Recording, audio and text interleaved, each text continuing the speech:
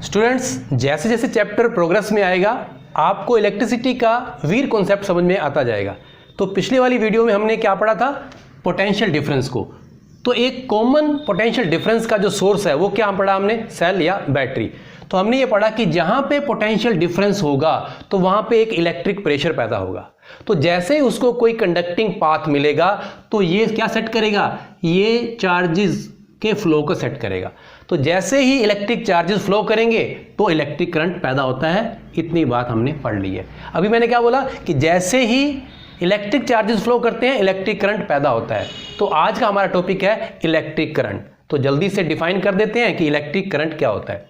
The amount of charge passing through a conductor per unit time is called electric current. समझ आ गया बेटा? तो इसको हम किससे डिनोट करते हैं, आई से डिनोट करते हैं। अभी जो मैंने डेफिनेशन बोली है उसी से कुछ वर्ड्स बाहर निकाल लेता हूं। तो कैसे निकालूंगा मैं, करंट को डिफाइन किया था मैंने, amount of charge passing through a conductor per unit time. तो मेरे पास कंक्लूजन में क्या आ गया, current is equal to charge upon time. तो करंट को किससे डिनोट करते हैं, आई से, चार्ज को क्यू से, टाइम को टी से। तो ये आपके पास एक नया फॉर्मूला आ गया जो हमारे न्यूमेरिकल्स को सोल्व करने में हेल्प करेगा। ठीक है स्टूडेंट, इसको याद कर लेना आपने। अब इसकी एसआई यूनिट की बात करें तो SI unit of electric current क्या होता है बेटा, एम्पियर। एम्पियर ये साइंटिस्ट के नेम के अकॉर्डिंग होता है, उनको ऑनर करने के लिए उनके नाम से दिया जाता है। उसके बाद जो है ये स्केलर क्वांटिटी है।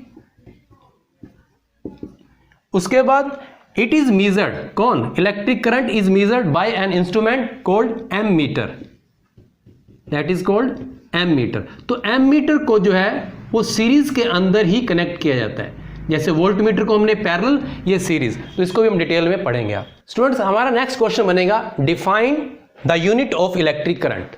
तो हमने डिफाइन करना है इलेक्ट्रिक करंट की यूनिट को। तो यूनिट क्या होती है, एम्पियर, यानी हमें एम्पियर को डिफाइन करना है। तो हम कैसे डिफाइन करेंगे वो भी हम इस फॉर्मूले की हेल्प से डिफाइन कर देंगे। तो देखो बेटा, I is equal to Q by T. तो I की ऐसा यूनिट क्या होती है, एम्पियर। तो एम्पियर को डिफाइन करने के लिए हम इस फॉर्मूले को यूज करते हुए, क्यू क्या है, चार्ज, इसकी ऐसा यूनिट क्या है, कूलोम। टाइम की ऐसा यूनिट क्या है, सेकंड। तो आपका एम्पियर डिफाइंड हो गया, कूलोम पर सेकंड या कूलोम सेकंड इनवर्स। तो ये, और फिर ऐसा भी पूछा जा सकता है कि 1 एम्पियर करंट कब होगा। तो ये भी हम इसी फॉर्मूले की हेल्प से ही फाइंड करेंगे, I is equal to Q by T. तो हमने बताना है कि 1 एम्पियर करंट कब होगा, आपका रिजल्ट 1 एम्पियर कब आएगा। तो स्टूडेंट्स, जब आपका चार्ज जो है वो 1 कूलोम पास हो और टाइम कितना लगे उसको पास होने में, 1 सेकंड का टाइम लगे, तो आपका रिजल्ट जो है वो 1 एम्पियर आएगा। तो इसको वर्डिंग में हम कैसे लिख सकते हैं, when 1 coulomb charge is passing through a conductor in 1 second, then it is said to be 1 ampere of current passing through the conductor. Is that clear बेटा? तो यहाँ पे आप इसको 1 एम्पियर को भी डिफाइन कर सकते हैं। आगे हम न्यूमेरिकल करेंगे। न्यूमेरिकल में आपको इलेक्ट्रिक करंट की छोटी यूनिट्स भी मिलेंगी आपको। तो वो कैसे मिलेंगे बेटा, वो भी नोट कर लो आप। अगर आपको मिली एम्पियर दिया हुआ है तो मिली एम्पियर की जगह पे हम क्या यूज करेंगे, 10 to the power -13 ampere. Okay, अगर आपको दिया हो माइक्रो एम्पियर तो आप 10 टू द पावर -6 एम्पियर इसको यूज करेंगे। तो ये हमारे न्यूमेरिकल्स में काम आएंगे। तो अभी हम न्यूमेरिकल्स देखते हैं। Numerical 1, the amount of charge passing through a cell in 4 second is 12 coulomb. Charge कितना है, 12 कूलोम। टाइम कितना लगा, 4 second. Find the current supply by the cell. तो करंट को फाइंड करना है। तो सबसे पहले हम क्या करेंगे, गिवन के अंदर लिखेंगे अपने कि क्या हमें दिया हुआ है। तो गिवन बेटा सबसे पहले आपको दिया हुआ है Q is equal to 12 coulomb. उसके बाद टाइम कितना है बेटा, 4 सेकंड। फाइंड क्या करना है, current, I is equal to question mark. इस तरह से करेंगे अपने दोस्त। अब देखो बेटा, क्यू, I और T। तो इससे में क्या फॉर्मूला बन रहा है, I is equal to Q by T. बस आपका आंसर आ जाएगा, वैल्यू पुट कर दो। क्यू कितना है, 12, टाइम कितना है, 4, तो 4 3 जा 12। तो बेटा I3 आ गया, लेकिन यहाँ पे एम्पियर, यूनिट जरूर लिख देना, एम्पियर। ओके, तो ये आपका सोल्यूशन हो गया। सेकंड क्वेश्चन देखते हैं। अ current of 0.5 ampere is drawn by a filament. तो सबसे पहले हमें क्या गिवन में दिया हुआ है, आपको करंट दिया हुआ है I is equal to 0.5 ampere by a filament of an electric bulb for 10 minutes. तो आपको यहाँ पे क्या दिया हुआ है, time 10 minutes. Find the amount of electric charge, तो यहाँ पे चार्ज पूछा गया आपसे, तो Q is equal to question mark. अब देखो बेटा, एम्पियर SI यूनिट है लेकिन टाइम 10 मिनट दिया हुआ है, तो यहाँ पे इसको कन्वर्ट कर लेंगे हम SI यूनिट के अंदर। तो 10 मिनट को सेकंड बनाओ, तो 60 से मल्टीप्लाई करेंगे तो आपको 600 सेकंड मिल जाएंगे। तो इस वैल्यू को अब यूज करेंगे, तो फॉर्मूला वही लगेगा, I is equal to Q/T, लेकिन हमें फाइंड क्या करना है, Q को, तो हम इसको रीअरेंज कर लेंगे। Q is equal to I into t. I कितना दिया हुआ बेटा, 0.5 एम्पियर, मल्टीप्लाई किससे करेंगे, 600 से। ओके, तो आपका क्या आ जाएगा, 6 5 जा 30 और ये आपका 300 कूलोम आपका आंसर आ जाएगा, 300। स्टूडेंट्स, हमने V को पढ़ लिया, I को पढ़ लिया, अब हम पढ़ेंगे R को। तो R क्या होता है, जनरली हम इसको क्या मानते हैं, रुकावट, ठीक है, वैसे क्या है, रेजिस्टेंस। तो इसको समझते हैं हम क्या है। देखो बेटा यहाँ पे है एक 9 वोल्ट की बैटरी, इसका कनेक्शन किया गया है एक सेल के साथ विद वायर्स। तो अब आप देखो, ये बैटरी जिसका 9 वोल्टेज है या 9 वोल्ट इलेक्ट्रिक पोटेंशियल है, पोटेंशियल डिफरेंस है, तो ये क्या पैदा करेगा, ये करंट को पैदा करेगा। तो ये करंट फ्लो करेगा इन वायर्स के अंदर, इस बल्ब के अंदर। तो इसको मैं I से, तो यहां तक हम पढ़ चुके हैं, ये पोटेंशियल डिफरेंस क्या पैदा किया, करंट को। अब ये करंट जो फ्लो करेगा, ये वायर इस करंट को इजीली भी फ्लो होने दे सकती है, इसको ज्यादा रोक भी सकती है। ये टोटली डिपेंड करेगा इस वायर के रेजिस्टेंस पे, इस वायर की रुकावट पे, ठीक है स्टूडेंट्स। अब देखो बेटा, कंडक्टर या वायर, अब कंडक्टर या वायर आपने एक ही मान लेना है कि जो भी इलेक्ट्रिसिटी को कंडक्ट करके ले जाएगा या ले जाएगी वो उसका कंडक्टर होगा। तो ये वायर भी हो सकता है या इस बल्ब का फिलामेंट भी हो सकता है। अगर तो ये वायर या कंडक्टर जो है ये गुड कंडक्टर ऑफ इलेक्ट्रिसिटी है, तो इसका मतलब क्या हो गया कि इसमें से इलेक्ट्रिसिटी का फ्लो बड़ा इजीली हो रहा है। अगर ये बैड कंडक्टर है, इट मींस क्या है कि करंट का फ्लो जो है इसमें से अच्छे तरीके से नहीं हो रहा, रुकावट ज्यादा हो रही है। तो यहां पे आपने देख लेना है कि अगर गुड कंडक्टर में से इलेक्ट्रिसिटी का फ्लो बहुत बढ़िया हो रहा है तो इसका रेजिस्टेंस, इसकी रुकावट जो है वो कम होगी। अब जो बैड कंडक्टर है जिसमें से इलेक्ट्रिसिटी का फ्लो ज्यादा अच्छे तरीके से नहीं हो रहा, तो उसका रेजिस्टेंस, उसकी रुकावट जो है वो ज्यादा होगी। इसको इस तरह से समझना है आप लोगों ने, ठीक है। और कुछ इंसुलेटर भी होते हैं जिसमें से इलेक्ट्रिसिटी का फ्लो हो ही नहीं सकता, तो उसका रेजिस्टेंस हम बताएंगे कि बहुत ज्यादा हाई या इन्फिनिटली हाई होता है उसका, ठीक है। अब हम रेजिस्टेंस, इसकी डेफिनेशन को कैसे लिखेंगे, वर्डिंग के अंदर क्या लिखना है, the opposing property of a conductor, ठीक है बेटा, ये नोट कर लो आप। The opposing property of a conductor due to which it opposes the flow of current through it is known as resistance of the conductor. तो इसको मैं थोड़ा समझा रहा हूं आपको कैसे, कि ये एक वायर है, इस वायर में करंट फ्लो करेगा, I फ्लो कर रहा है। अब इस वायर की एक अपोजिंग प्रॉपर्टी होती है जिसने इस करंट के फ्लो को रोकना होता है, वही इसका रेजिस्टेंस होता है। तो इसको हम किससे डिनोट करते हैं, इसको हम R से डिनोट करते हैं। अब इसका अगर मैथमेटिकल एक्सप्रेशन हमने लिखना है तो वो कैसे फाइंड करेंगे, देखो बेटा यहाँ पे कितनी वोल्टेज है, अगर हम वोल्टेज को या जिसको हम पोटेंशियल डिफरेंस बोलते हैं, तो एक ही बात है, वोल्टेज या पोटेंशियल डिफरेंस। तो potential difference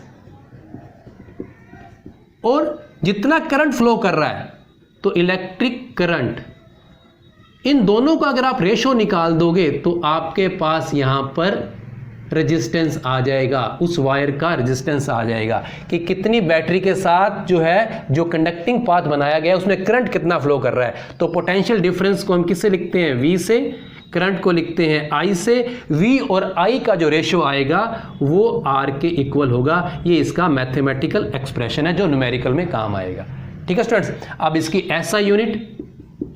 SI unit of resistance, तो इसको लिखते हैं, ये सिंबल है इसका, और इसको बोलते हैं ओम।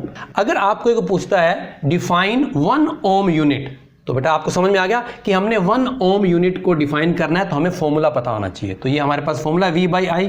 तो R का रिजल्ट 1 ओम कब आएगा, तो आपको पता चल गया कि जब वोल्टेज या पोटेंशियल डिफरेंस 1 वोल्ट हो और करंट कितना पास हो रहा हो, वो 1 एम्पियर, तो तब हम बोलेंगे कि उस वायर का जो रेजिस्टेंस है वो 1 ओम है। तो इसको मैं यहाँ पे समझा रहा हूँ बेटा, देखो ये वायर है, इस वायर का ये मैं 2 पॉइंट्स कर रहा हूं, ए और बी। अब मैं बता रहा हूं कि ए और बी के बीच में अगर वोल्टेज V जो है वो 1 वोल्ट हो और जो करंट इसमें से पास हो रहा है वो 1 एम्पियर पास हो रहा है, तो हम क्या बोलेंगे, इस वायर का रेजिस्टेंस जो है वो 1 ओम होगा। तो ये बात आपको समझ में आ चुकी है। अब हम आगे करेंगे factors affecting the resistance. Students, ये इंपॉर्टेंट कॉन्सेप्ट है, बड़े ध्यान से देख लेना बेटा। Factors affecting the resistance of a conductor, यानी कि किसी वायर या कंडक्टर के रेजिस्टेंस को कौन कौन अफेक्ट करता है। तो सबसे पहले हम देखेंगे first point, that is length, कि लेंथ के अकॉर्डिंग किसी वायर का रेजिस्टेंस कैसे चेंज होता है। सेकंड हम देखेंगे थिकनेस ऑफ द कंडक्टर या वायर। अब कंडक्टर बोलूं या वायर बोलूं वो आपने एक ही बात मानना है। तो थर्ड हम देखेंगे नेचर ऑफ द कंडक्टर, उसकी नेचर क्या है, गुड कंडक्टर है या बैड कंडक्टर है। नेक्स्ट देखेंगे हम टेम्परेचर को। तो ये 4 पॉइंट्स के अकॉर्डिंग हम लोग डिस्कस करने जा रहे हैं कि कौन कौन से फैक्टर जो है वो रेजिस्टेंस को अफेक्ट करते हैं। तो बेटा यहां पे लेंथ का जो है मैं फॉर्मूला लिख रहा हूं, R, resistance is directly proportional to L। इसका मतलब क्या हुआ कि जैसे लेंथ इंक्रीज होगी तो रेजिस्टेंस भी इंक्रीज होगा। तो यहां पे मैं 2 वायर्स बना रहा हूं, ये वायर 1 और ये वायर्स 2। अब आपको समझ में आ गया होगा कि एक रेजिस्टेंस मैंने इसको लिख दिया R1 और एक लिख दिया R2। तो इसमें से कौन सा रेजिस्टेंस ज्यादा होगा, कौन सा रेजिस्टेंस बड़ा होगा, ग्रेटर होगा। तो यहां पे आपको समझ में आ गया R2 will be greater than R1। R2 का जो है लेंथ ज्यादा है, इसलिए इसका रेजिस्टेंस भी ज्यादा होगा। ठीक है बेटा। नेक्स्ट है थिकनेस। तो यहां पे मैं फिर 2 वायर्स बना रहा हूं, एक बेटा ये वाली वायर बना दी मैंने और दूसरी जो मैं यहां पे ये वाली वायर बना रहा हूं।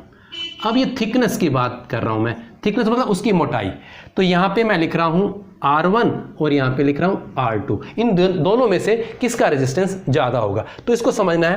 पहले मैं फॉर्मूला लिख रहा हूं, R is inversely proportional to A क्या है, क्रॉस सेक्शन एरिया। अब क्रॉस सेक्शन एरिया आप जानते हो, ये वाला इसका क्रॉस सेक्शन एरिया है, ये वाला इसका क्रॉस सेक्शन एरिया है। तो क्रॉस सेक्शन एरिया आपको दिखाई दे रहा है, R2 का क्रॉस सेक्शन एरिया ज्यादा है। इसको इस तरह समझते हैं, इलेक्ट्रिसिटी का फ्लो हो या वाटर का फ्लो हो। देखो बेटा, एक पाइप ये वाली है जिसका क्रॉस सेक्शन एरिया आपके पास कम है, एक पाइप ये वाली है जिसका क्रॉस सेक्शन एरिया आपके पास ज्यादा है। तो पानी का फ्लो करना है, तो देखो बेटा इसमें से पानी का फ्लो जो है वो कम होगा, यहाँ पे रुकावट ज्यादा होगी, पानी रुका रहेगा और बाहर जो है वो कम जाएगा। अब इसमें देखो ये एरिया ज़्यादा है, यहाँ पानी का फ्लो जो है वो ज़्यादा होगा, ज़्यादा पानी फ्लो कर पाएगा इजीली, यानी यहाँ रुकावट कम है। तो रुकावट ज़्यादा है या कम है, इसी बेस पे आप रेजिस्टेंस को बता सकते हैं। तो यहाँ हमारा क्या आएगा आंसर, यहाँ हमारा आंसर आएगा R1 will be greater than R2। Is that clear? आपको समझ में आ गई होगी कि क्रॉस सेक्शन एरिया ज़्यादा है तो रुकावट कम है, इजीली करंट फ्लो कर रहा है उसमें से, तो इसका रेजिस्टेंस कम है। यहाँ पे रुकावट कम है, यहाँ से करंट पास होने के लिए जगह कम है उसको, तो यहाँ पे रुकावट ज़्यादा है, इसलिए करंट यहाँ से पास नहीं हो रहा, इसका रेजिस्टेंस ज़्यादा होगा। तो ये थिकनेस बोलते हैं, या क्रॉस सेक्शन एरिया भी आप लिख सकते हो, क्रॉस सेक्शन एरिया, इस पे किस तरह से डिपेंड करता है। नेक्स्ट है नेचर। तो ये मैंने आपको बता दिया पहले, अगर तो वो कंडक्टर या वायर की गुड कंडक्टिंग नेचर है, यानी कि वो इलेक्ट्रिसिटी को आसानी से ले जा सकती है, और दूसरा क्या हो सकता है कि उसकी नेचर बैड कंडक्टर है, यानी कि वो उसको करंट को अलाउ नहीं करेगी पास होने में। तो देखो बेटा, जो गुड कंडक्टर है आसानी से पास हो रहा है, रुकावट कम है, तो इसका रेजिस्टेंस जो है वो कम होगा, और बैड कंडक्टर का रेजिस्टेंस ज़्यादा होगा, वो इलेक्ट्रिसिटी के फ्लो को रोकेगा। नेक्स्ट है टेम्परेचर। तो यहाँ पे बेटा आपके लेवल पे सिर्फ इतना याद रखना है कि किसी एक टेम्परेचर पे आपने कोई वायर या कंडक्टर लिया हुआ है, तो उसका जितना रेजिस्टेंस है, अगर वहाँ पे आप टेम्परेचर को इंक्रीज कर दोगे तो उसका रेजिस्टेंस भी इंक्रीज हो जाएगा। तो यहाँ पे हम लिख देंगे R is directly proportional to temperature. इसका मतलब जैसे ही आपने टेम्परेचर इंक्रीज किया, उस वायर का, उस कंडक्टर का रेजिस्टेंस भी इंक्रीज हो जाएगा। इसको मैं एक सिंपल वे से आपको बता देता हूँ। इस वायर में से एक पर्टिकुलर पॉइंट पे करंट का फ्लो चल रहा था, ये चार्जेस हैं, ये फ्लो कर रहे थे अपने एक सिस्टेमेटिक वे से, ये सीधा जा रहे थे, ठीक है बेटा, ये एक प्रॉपर वे से एक सिस्टम से सीधा चले जा रहे थे, ये करंट का फ्लो चले जा रहा है। लेकिन आपने क्या किया, आपने टेम्परेचर को इंक्रीज कर दिया। जैसे ही टेम्परेचर को इंक्रीज किया तो इनके अंदर एनर्जी ज़्यादा आ गई। जब एनर्जी ज़्यादा आ जाती है तो क्या करेंगे, ये आपस में कोलिजन करेंगे, टक्कर मारेंगे। जब टक्कर मारेंगे तो जो सिस्टम चल रहा था एक पर्टिकुलर वे में ये फ्लो कर रहे थे वो रुक जाएगा, रुकावट ज़्यादा पैदा हो जाएगी। तो रुकावट पैदा होते ही रेजिस्टेंस बढ़ जाएगा। तो टेम्परेचर बढ़ते ही रेजिस्टेंस बढ़ता है। तो ये बातें थी रेजिस्टेंस की और रेजिस्टेंस को अफेक्ट करने वाले फैक्टर्स की। तो अभी एक न्यूमेरिकल देख लेते हैं। स्टूडेंट्स, अगर आपको फॉर्मूला याद है और क्वेश्चन को बड़े ध्यान से पढ़ लेते हो तो न्यूमेरिकल को आप बड़ा ही इजीली सॉल्व कर लोगे। व्हेन अ 4 वोल्ट बैटरी, तो यहाँ पे कुछ मिल रहा है आपको गिवन के अंदर, वो नोट करते जाओ। 4 volt battery is connected across unknown register, यानी कि जो रेजिस्टेंस है उसके बारे में हमें नहीं पता, unknown resistor. There is a current of 100 milliampere, current मिल गया आपको, I मिल गया, यहाँ पे V मिल गया। In the circuit the value of the resistance of register, यानी वैल्यू ऑफ द रेजिस्टेंस यानी कि R आपको फाइंड करना है। तो यहाँ पे ऑप्शन दिए हुए हैं, A दिया हुआ है 4 ओम होगा, 40 ओम होगा, 400 ओम होगा या 0.4 ओम होगा। इसको अभी हम सॉल्व करके फाइंड करते हैं। तो बेटा देखो, जैसे हम सॉल्व करते हैं कि गिवन में आपको क्या दिया हुआ है, तो क्या दिया हुआ है यहाँ पे देखो बेटा, V वोल्टेज या पोटेंशियल डिफरेंस कितना दिया हुआ है, 4 वोल्ट। देन करंट दिया हुआ है I is equal to 100 milliampere. तो मैंने आपको क्या बोला था कि जो ऐसा यूनिट है, हम मेनली जो है ऐसा यूनिट यूज करेंगे। आपको स्मॉल यूनिट्स भी मिल सकती हैं तो उसको हम सोल्व कर लेंगे, कन्वर्ट कर लेंगे। अब क्या पूछा है, the value of the resistance, value of the resistance find करनी है। R is equal to question mark, तो ये हमने R को क्वेश्चन मार्क। अब देखो V, I और R, अभी हमने रेजिस्टेंस को पढ़ा है तो V by I is equal to R, ये फॉर्मूला है तो हम R को वहां फाइंड कर सकते हैं। अब देखो बेटा 4 वोल्ट, यहाँ पे 4 वोल्ट तो आपको मिल गया, ये 4 आंसर आ गया V की जगह पे। लेकिन यहाँ पे जो I की वैल्यू जो 100 मिली एम्पियर है तो उसको कन्वर्ट कर लो बेटा, वहां पे भी कर सकते हो, यहाँ अलग से भी कर लो। 100 मिली की जगह पे क्या करेंगे, 10 टू द पावर -3 एम्पियर। ठीक है, तो इसको सोल्व कैसे करेंगे, ये -3 है, इसको नीचे लेके जाएंगे, 100 डिवाइडेड बाय 1000, ये एम्पियर बन गया। तो इसकी वैल्यू क्या बन जाएगी, 0.1 एम्पियर। तो इसको अपने आप सोल्व करके देख लेना, इसकी वैल्यू मिली एम्पियर की, 100 मिली एम्पियर की वैल्यू अब आपकी क्या बन गई, 0.1 एम्पियर। तो यहाँ पे हम वैल्यू भर देंगे 0.1 एम्पियर। इसको सोल्व करेंगे तो क्या आंसर आ जाएगा बेटा, 40। तो ये आपका आंसर आ गया 40 ओम। इस तरह से कैलकुलेशन करके हम सोल्व कर सकते हैं। तो नेक्स्ट वीडियो में हम लोग बात करेंगे इलेक्ट्रिक सर्किट की, और VIR इन तीनों का यूज करके हम ओम्स लॉ को पढ़ेंगे।